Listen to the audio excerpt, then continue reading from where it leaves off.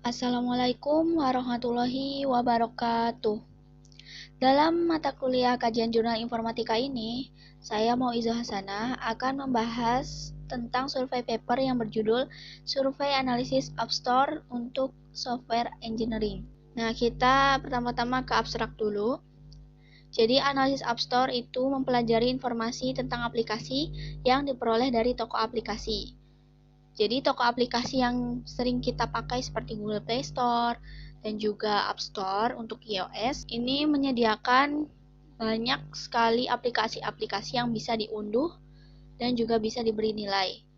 Nah, si App Store ini menyediakan banyak informasi yang berasal dari pengguna yang tidak akan ada jika aplikasi didistribusikan melalui metode penyebaran perangkat lunak sebelumnya. Kemudian di analisis App Store ini kita menggabungkan informasi non-teknis dengan informasi teknis. Nanti kita akan bahas di subbab selanjutnya. Penggabungan ini itu untuk mempelajari tren juga perilaku dalam bentuk repositori perangkat lunak. Nanti di analisis App Store ini akan ditemukan berbagai teknik, yaitu teknik persyaratan, teknik rilis, desain perangkat lunak, keamanan, dan juga pengujian. Kita beralih ke subbab pertama, yaitu pengantar. Jadi untuk toko aplikasi atau App Store yang paling terkenal adalah Google Play Store dan juga App Store untuk iOS. Nah, mereka ini udah punya lebih dari 1 juta aplikasi yang dapat diunduh dan juga diberi nilai. Terdapat juga 1,4 miliar perangkat Android yang diaktifkan pada September 2015 sesuai dengan pengumuman Google.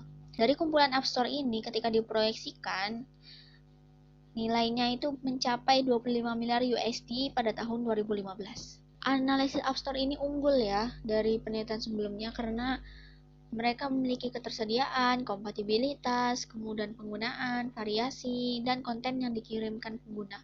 Jadi banyak banget kelebihan dari App Store. Survei paper ini berkontribusi dalam 4 hal. Yang pertama, menyediakan definisi formal. Yang kedua, mempelajari pola pertumbuhan literatur. Yang ketiga, menganalisis skala sampel aplikasi yang digunakan. Dan yang terakhir, mengidentifikasi beberapa ide kunci yang diterbitkan dalam analisis App Store. Lanjut ke definisi, yaitu sebab dari pengantar. Di definisi ini kita akan mendefinisikan 4 istilah dalam analisis App Store. Yang pertama ada aplikasi. Aplikasi yaitu item perangkat lunak yang dapat dipasang oleh siapa saja dengan platform yang sesuai tanpa memerlukan keahlian teknis. Contohnya aplikasi itu seperti WhatsApp, kalkulator, dan lain sebagainya. Yang kedua ada App Store atau biasa juga disebut toko aplikasi. App Store ini adalah platform perangkat lunak yang menyediakan kumpulan aplikasi untuk diunduh.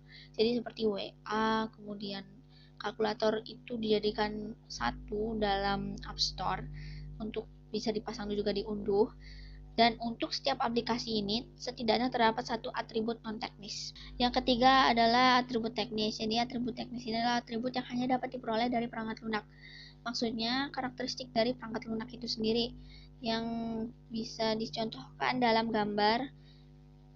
Yang pertama itu ada penggunaan API. Jadi penggunaan API ini adalah penggunaan dari kode sumber. Lanjut ke atribut non-teknis. Jadi atribut non-teknis ini adalah atribut yang dapat diperoleh tidak hanya dari perangkat lunak. Maksudnya itu karakteristik yang ada di luar perangkat lunak. Seperti kategori, installs, terus number of rating. Jadi number of rating ini rating dari para pengguna aplikasi itu. Lanjut ke pencarian literatur. Nah, di pencarian literatur ini kita menggunakan 2 teknik. Yang pertama ada pencarian repository dan yang kedua adalah snowball. Nah, untuk yang pencarian repository ini kita menggunakan repository seperti yang ada pada slide. Nah, untuk kriteria dari papernya itu sendiri, yang pertama harus terkait dengan software engineering, yang kedua terkait dengan App Store seluler, dan yang ketiga harus fokus pada pengembangan aplikasi seluler tetapi tidak mencakup kumpulan aplikasi. Untuk metodologi pencariannya itu ada 3 tahap. Yang pertama judul, harus relevan, kalau tidak dibuang. Yang kedua harus dalam cakupan abstraknya, cakupan analisis App Store, kalau tidak dibuang. Kemudian yang ketiga yaitu isi. Isinya harus mencakup analisis App Store. Kemudian yang kedua, jika sangat relevan seperti benar-benar merinci, itu berarti termasuk dalam sastra yang diperluas. dalam paper pun dimasukkan. Jadi dua hal ini dalam cakupan dan juga relevan ini dimasukkan dalam paper. Nah, ada yang kedua adalah metodologi pencarian dengan menggunakan snowball. Banyak ditemukan paper nih dengan menggunakan teknik ini. Lanjut untuk hasil pencariannya itu, ternyata studi paling awalnya itu dilaporkan pada tahun 2010.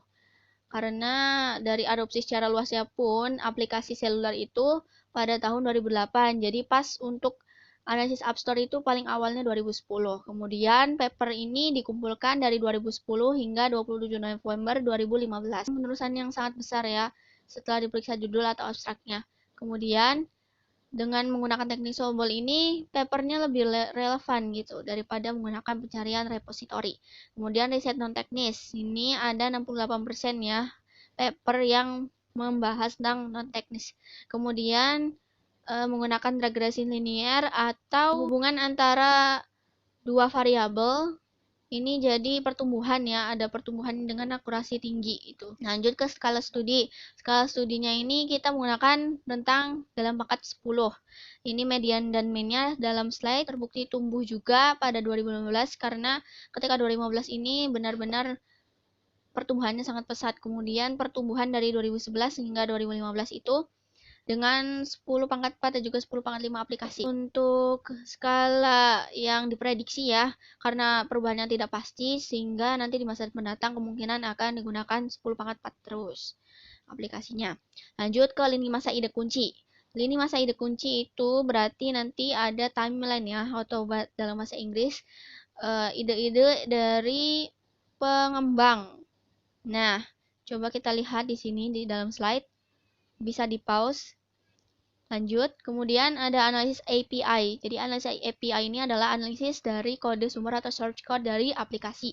API ini kepanjangan dari Application Programming Interface. Hanya menggunakan platform dari Android karena untuk Apple itu banyak keterbatasan. Lanjut, analisis fitur yaitu kita pakai penelitian ini dengan berbagai platform seperti pada slide. Kemudian publikasinya ini menyelidiki sejumlah besar aplikasi yaitu minimal 3 dan juga maksimal 600.000.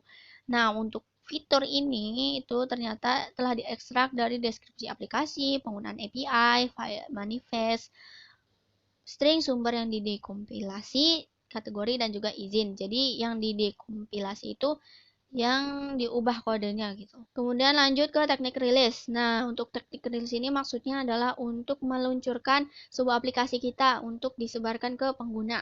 Nah, ada tekniknya nih. Bagaimana untuk tekniknya? Tetapi di sini kita akan membahas tentang papernya saja. Jadi ada dua paper nih yang diterbitkan pada tahun 2011 yang menangani masalah ini. Kemudian ada satu pada 2013 dan 5 sebelum 27 November 2015. Kemudian untuk skala studinya sebelumnya ini di bagian studi rilis atau teknik rilis ini relatif kecil, berkisar antara 21 hingga 160.000. Lanjut yaitu analisis ulasan. Analisis ulasan ini kita menganalisis tentang ulasan-ulasan yang diberikan oleh pengguna untuk aplikasi kita. Yang ke-10 adalah keamanan. Keamanan ini studinya ini dari tahun ke tahun meningkat terus ya hingga 2013 dan tetap stabil. Lanjut untuk ekosistem store atau toko ya. Jadi ini akan membahas tentang perbedaan antar store atau antar toko.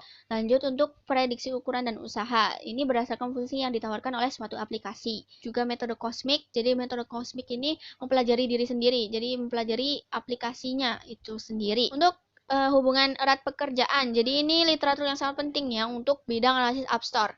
Namun tidak sepenuhnya memenuhi definisi yang tepat dari analisis App Store. Ini ada cross section atau data silang. Jadi data silang ini maksudnya adalah dari objek utama ada terpecah lagi menjadi beberapa objek gitu. OSI Graph ini jadi alat pertambangan sendiri gitu.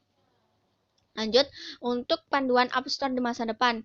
Ini panduannya bisa dibaca sendiri. Yang ke-15 adalah pekerjaan masa depan. Kesimpulan, jadi studi empiris praktis atau studi yang diambil dari penelitian sebelumnya, dari pengalaman. Analisis App Store ini ternyata sangat baru ya, masih sedikit studinya tentang analisis App Store. Untuk kedepannya mungkin bisa teman-teman meneliti tentang studi ini.